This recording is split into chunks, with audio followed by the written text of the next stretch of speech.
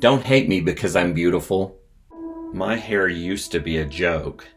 Dry, split ends. Then I discovered Pantene. Pantene has this provitamin formula that actually strengthens your hair from inside. It's incredible. Looks so healthy, strong, shiny. Listen, it won't happen overnight. But is there a single objective standard of beauty that's true for everyone? Or is beauty relative to the beholder, to different cultures and different individuals? Heraclitus said you can't step into the same shower twice.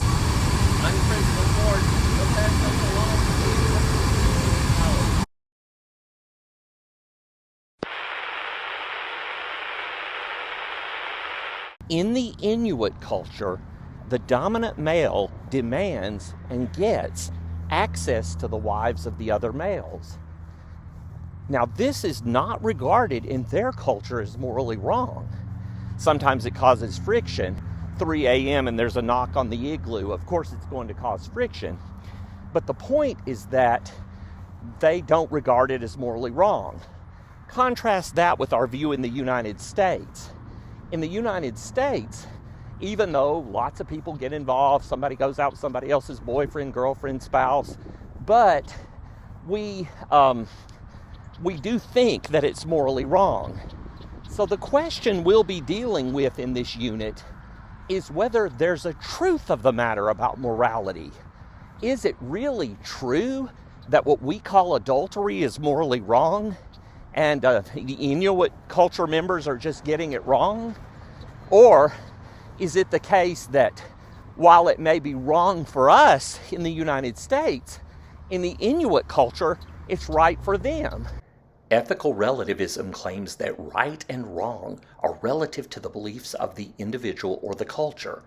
In other words, another culture believing something is wrong is what makes it wrong.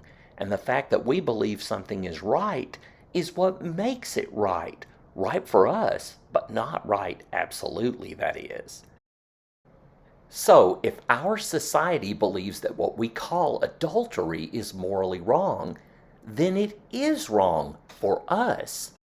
But if another society believes that what we call adultery is morally permissible, then it's right for them. Right for them, wrong for us. You get it, don't you? For morality, the best we can do is say that something's right for one culture and wrong for another, or right for one individual and wrong for another, because there is no real absolute truth of the matter about what's right and what's wrong. Humans make it up. We get to decide, in effect. Now, why is this a threat to morality? If ethical relativism is correct, then the moral principles that we're going to study or that we have studied, while true for us, are not true for all times and all cultures. Therefore, there's a sense in which they are not really true. Here are some classic objections to ethical relativism. Objection 1, the judging others problem. If relativism is true, we cannot judge the practices of other cultures. Sometimes this seems reasonable and tolerant, but other times, not judging others itself seems to be morally wrong. For example, if someone says, well, I can't judge that the genocide of the Nazis, I can't say, who am I to say whether it's good or bad? That doesn't seem tolerant. That seems like a moral wrong in itself, to be unwilling to make that judgment. You're not able to stand up for what's right. Then there's the moral improvement problem, objection 2.